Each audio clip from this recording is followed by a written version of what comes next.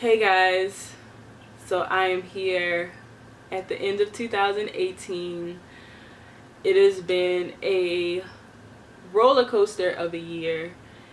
It has been a long journey, but I'm happy to say that I have made it to the other side and that I am here to share my story, because I know that what it is that I went through this year is bigger than me, and it's taken me some time to sit in front of this camera and to hit the record button and to open up and verbalize and to be willing and present to share my story.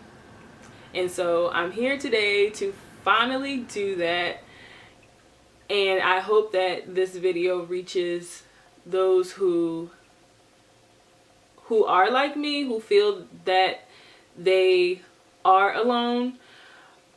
I know that I'm not alone anymore, and there are times and periods where I may feel like I am alone, but all in all, we are not alone in this. This is a time where things are moving rapidly, and we are being charged to be our authentic self. And so my 2018 was essentially fighting to be my most authentic self and letting go of societal expectations and norms and moving against the grain and other people's expectations, and most importantly, getting the hell out of my own way. To begin this story, I would like to introduce myself. My name is YayorNayyy. I am a daughter, I am an aunt, I am a friend, I am a mentor, I am God's child, I am a yoga instructor, I am a sister, I am all of these human things. But I was diagnosed with Generalized Anxiety Disorder this year, and there was a point in time earlier this year, and particularly the end of last year, when I was not feeling like the person that I once knew myself to be. And so there was a fight.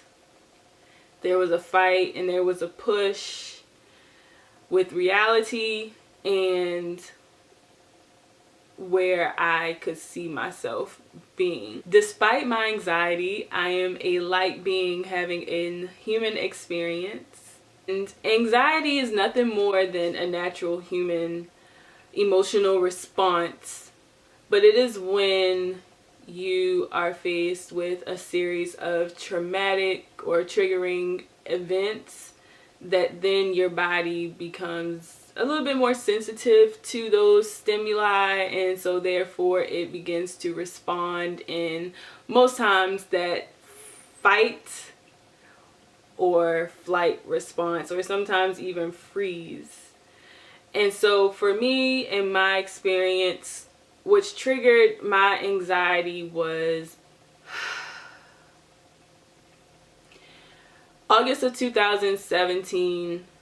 I had my first work-related anxiety attack, and I'm blessed to have the capability of working from home with my full-time job. But during that time last year, things were beginning to become very, very overwhelming.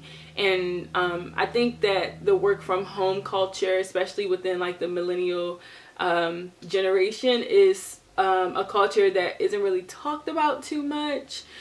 And just those stressors of the expectations that were not necessarily said, it was just kind of like impeded on personal life, and just the actual roles of work, and specifically what triggered it was just an overload of data collection that I was dealing with. And I didn't have any help, and it was a lot. And during this time leading up to the anxiety attack, I was stuttering when I was talking to people because I couldn't really get my thoughts together, and my brain is just like firing up all the time. Also, my body just seemed to just have the jitters, even though I wasn't really doing too much. Like, you know, there would be periods where I would be sitting down, and it would just feel like my heart is racing and I'm like out of breath, but I'm not doing anything at all. My thoughts is what's triggering my body response, my nervous response. And so a particular day I was home working, and it was a beautiful day outside, and I think I had just got off of a conference call, and things were beginning to get a little bit more overwhelming for me. And I don't think that I could verbally articulate that at the time, because I just wanted to make sure that I was doing, you know, what I was required. It was a lot of weight on me. And I remember getting off of the call, my sister was home, and I just had to like step outside and just catch my breath.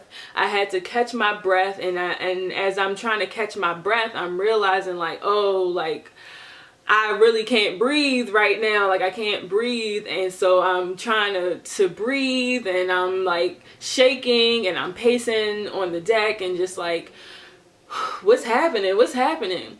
And so I was able to get myself together once I, you know, was able to become aware that I lost my breath. It took some time for me to come back, and I come back inside, and I'm like, I think I just had an anxiety attack. That in itself was just like, ooh, like that's what that feels like. And I don't think that at that time I felt like I had something worth telling someone about, because I was still kind of unsure about what that was. Like I hadn't really experienced that before, at least, you know, that bodily reaction and that bodily response to that stimuli. So I did keep that to myself, and I reflected on that over time, and throughout the rest of 2017 until September, there were also times within work, and more so my home life, where I began to become aware that I just mentally was not feeling well at all. I began to notice that my mood was drifting when I was teaching yoga at the gym, and I would be very, very like, you know, when I was teaching at the gym, I was there for a year since I had moved back home from New York. So this was a very stable place and very stable home for me at the time, the workplace. So I worked full time, and then I also taught yoga part time. So I would teach, and I would feel so like fulfilled when I was there. And my students, I love my students love me. I love the gym, I love my co-workers, I love the owners. Everything was great until I got home. Literally every time that I walked through the door, it just seemed like all of that joy and happiness and all this stuff that brought me light just went away. And I wasn't sure of that. So from September through December, I was the only one home. I have siblings that, you know, we all come in and out of the house. But at that particular time, I was the only one home. And so it was just my parents. And I became aware that like the dynamic in the house was like a little bit off. Like it just seemed to be very distant and cold. So when I would come home from feeling all that love and warmth, and there wasn't much here home in my actual home for me, I didn't really have anything to come home to. And so I would oftentimes like you know, try to share my experiences with my family as far as like the work that I was doing in yoga and like how I helped, you know, my students reach enlightenment and my own personal enlightenment. And it just didn't feel supported. It didn't feel supported at all. But one thing that I did do every night within that first year of me being home was I would come home and I would meditate. Every night I would come home and I would meditate, and I don't know, I just fell into that practice of meditation, and that was something that felt so good to me at the end of the day, after like walking through the door and like feeling that coldness and then making it up to my room and my space and having to cultivate something for myself to be fulfilled or just to feel comforted. That was a lot. Maintain my balance with work, my personal life, and just like me as a human being. At the end of 2017, I was working from home, and I'm actually approaching this year mark. I remember talking to my grandmother on the phone, standing in this window right here, and I'm just looking out the window and I'm like, wow, the clouds are really moving fast right now. They're moving really, really fast, and it just seems like time is just going by so quickly. I had just came from outside, and I remember being very in tune with how my feet were hitting the ground and how grounded I felt. Now that, you know, I can call names to it, but I was beginning to feel very grounded, but I was also becoming very aware at the same time. And I'm just like looking out at the clouds like, wow, like time is really moving and things truly shift. Like things are shifting in time, not just like here and now, but just in general, the wider perspective. And so in that moment, I hit my recorder and I realized I had my spiritual awakening. 2017 led me through a series of events that made me self-actualize.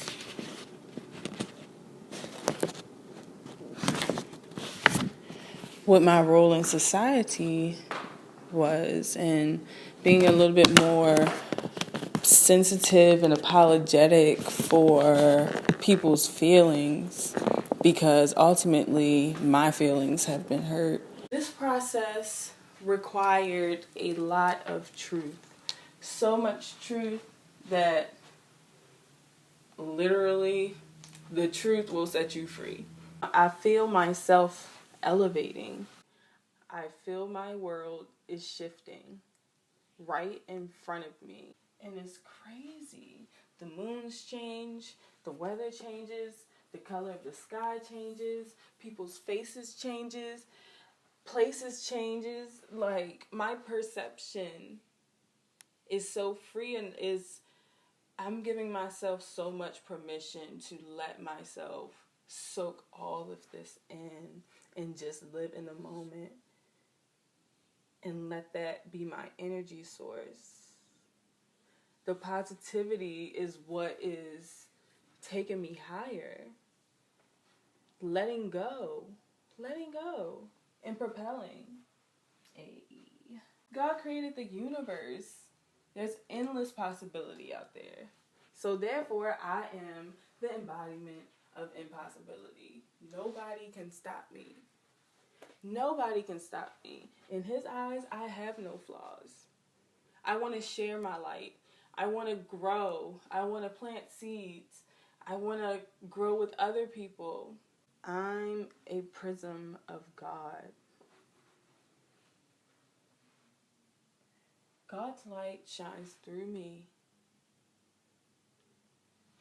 so that I can shine through others. Yoga is what taught me that. That's the practice. The physical, mental, and spiritual practice opened that for me. That's what makes me unfuckable. So my consciousness on a spiritual level was beginning to expand, and in that there was a lot of questioning. There was a lot of questioning about, like, well, why does this have to happen in life or reality, and like, why do I have to jeopardize who I am or like what I'm feeling to save face for others, or you know, for other people, or just even feeling other people's energies. And that in itself was also, it was a gift, but it also was like, well, what's happening right now? What's really happening? But in that moment, I realized that I had just opened myself up to, or I had become open to a new way of thinking and a new way of performing in this world that we call life. January of 2018, I had my second anxiety attack, and this was at a family function. This was at my grandfather's surprise birthday party. What triggered this anxiety was there were a lot of emotions going on at one time that I felt from just like my family, and it just seemed like there was like an elephant in the room, and like no one was saying anything. It just was like a lot of yelling, like not a lot of good positive communication. And it's almost like I felt like at any point in time anybody could have like snapped, and it probably was me, but I knew at the time what I was feeling it from, but I just didn't want to approach it. And so I'm sitting down with my cousins, and my godmother comes over, and I'm just looking around as guests come through, and I'm realizing also that I also have to speak to these guests, and I'm not really thinking that I'm feeling this, because I don't know, something's just not feeling right. And so I'm like, I'm just stuck, and I'm like, my heart's racing right now. She's like, well, why? And she's a nurse. She's like, well, why is your heart racing? I'm like, I don't know. I just don't feel comfortable right now. It's a lot going on. Like, I feel very anxious. And as I'm trying to describe to her what I'm feeling, because of course she wants me to like describe everything down to a T so she can understand, I'm becoming more anxious, and I can't describe what I'm feeling. I'm just feeling what I'm feeling, and it's becoming even more heightened. And at this point, I don't know. My hands are shaking. I'm trying to catch my breath again. And it took some time, but I was able to come back down. But in that moment, when I got back to myself, I was exhausted. That anxiety attack wore me out. I was over heightened by just like a lot. When I was able to return back to self, I told my godmother that this wasn't the first anxiety attack that I had experienced. And so she just nudged me, and she said, well, you might want to get some help. And I'm like, I will get some help, because this isn't the first time that help has been on my brain. Within the year 2017, all the way up until now, this is not the first time that I mentally was not feeling okay. I mentally was not feeling okay back in 2016 at the height of police brutality. When I was living in New York, I remember I was working in Far Rockaway, and I'm just like sitting on the train, and I don't know, at that time now I can say that I was feeling very anxious. But what was triggering me was like, I just didn't feel safe. Like, I felt like I was a target. Like, I felt like, of course, anything could happen to anybody at this point in time. And it just didn't feel right. So I told my mom, I remember texting her, and I'm like, does our insurance cover therapy? Because I just feel like I just need to have somebody, just to have somebody. And if so, I'll wait until I get home. But yeah, I just want to make sure I have somebody. So she did encourage me to, you know, if I don't feel safe to seek that, then to do it. But I didn't follow through with that. I think once I got home, I felt like, okay, like I'm home, so like everything is good. But when I got home, I realized that I was missing. Home doesn't always provide the thing that we need, and what I needed was support, and I thought I was going to have that, and I didn't. After the party, I hit up the same family friend that I initially hit a year back when I initially wanted to seek help. And she was more than happy to lead me into the direction. She gave me some amazing references, and literally the first person on her list was the first person I called. And her voice, who she's now my therapist, just the tone in which she answered the phone was just kind of like a hand of, I'm here to help you, so how may I help you? And I instantly just was like, okay, like this is it, and I just went for it. So I set up my first appointment. It was to be had when I returned from Costa Rica, which was for my birthday. Prior to me leaving for my birthday, I had been teaching yoga for just about an entire year straight. And so I hadn't been in a student seat. I had not just given myself a break as a teacher. So I went and I joined for Warriors here in Baltimore, and it's the day and the moment that I walked through that door, I felt like I was at home. Like that was the home that I needed. That was the home that I needed to thrive and to support me through whatever it was. I didn't know what it was at that time and moment, but I just knew that this was where I needed to be. What For Warriors was able to offer me was a home, a tribe, spiritual guidance and development, love, support, and a place for me to begin to strengthen and begin to become more enlightened with myself and others who are like me. I was not alone, and I was able to become spiritually fed. February, I went off to Costa Rica. I didn't tell anybody that I was going. I booked that trip. I just knew I wanted to go somewhere. I had my passport since high school, so we might as well just book this trip out the country. I just want to go solo. I need a break. I need to get some headspace. I need to breathe, and I need to be free. And I didn't even tell my parents I was going until just common courtesy. I said, let me just send them my itinerary via email just so that they could put it on their calendar. The second that I sent my mother my itinerary, she yelled, she was like, "YayorNayyy, you must be out your mind." And I was like, nope, I'm not. I'm actually in my right mind, and this is a calculated move, but I gotta go. I have to go, and I have to see who is inside of me. I need to go breathe, and I need to just exist in a space that I myself can exist in. When I returned back home, I began therapy, and then that's when I learned that I had generalized anxiety.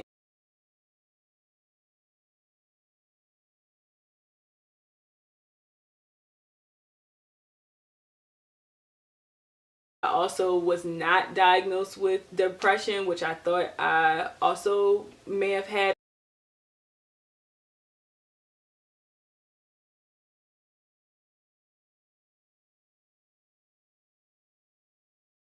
Although I did go through episodes of depression that my therapist helped me work through.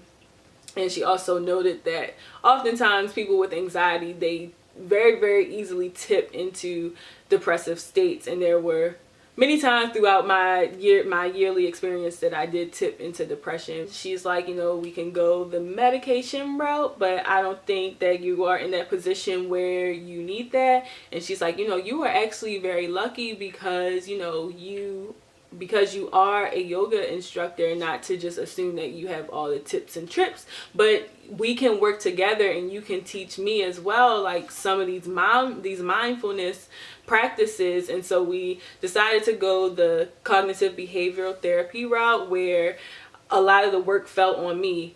I had to train my brain to rethink some of the thoughts and the behaviors that I was having, and then apply that to my behavior. So there was a lot of homework, there was a lot of like introspection, there was a lot of reflecting. And so I of course was against the medication route, because I'm not about to be a zombie on anybody's nothing. I was able to share when I got back, you know, some of the things that I had been experiencing at home. But while I was at Costa Rica, which was a very enlightening experience for me, that I was very clear about what my purpose was. I was very, very clear about what my purpose was, because while I was there, God had shown me what that was, and in so many different ways. Like, I saw him through others, I saw him through me, and he was simply using me to, you know, reach out to others, but also have others reach into me. And I was nothing but grateful for that. So then, how do I begin to live my purpose in a space that doesn't necessarily nurture my growth? And so one of the hardest things for me was, when I did return home and I began therapy, was I did tell my parents, like, okay, this is what it is. This is what I've been feeling these past few months. And I also was very honest with them. Like, you know, I feel like one of the triggers is just being in this house, you know, not saying that you all are at fault for anything. It's just some of the expectations that come with being in under the roof of your parent, and my parents not necessarily understanding the work from life culture, and like, are you even working? You're home all day not doing anything, and like, you're like, what are you doing? And I'm like, well, first off, you're not even my boss, so like, I don't necessarily have to answer to you, and like, the things that I do are different than you. Like, I don't have to walk around with a suit on in the house, or like, I don't have to walk around being stressed all day to show that like I worked, when in fact I am busting my butt. And work from home life is like such a, it doesn't come with a manual, you know, so you just want to make sure that you're always on your P's and Q's when it comes from that. So like, that, my own stressors on top of like work stressors, on top of like my parental expectations of work that I'm supposed to be fulfilling for them, is like, I can't carry that weight for you. So at that time I was carrying that weight, and that's what was causing me anxiety.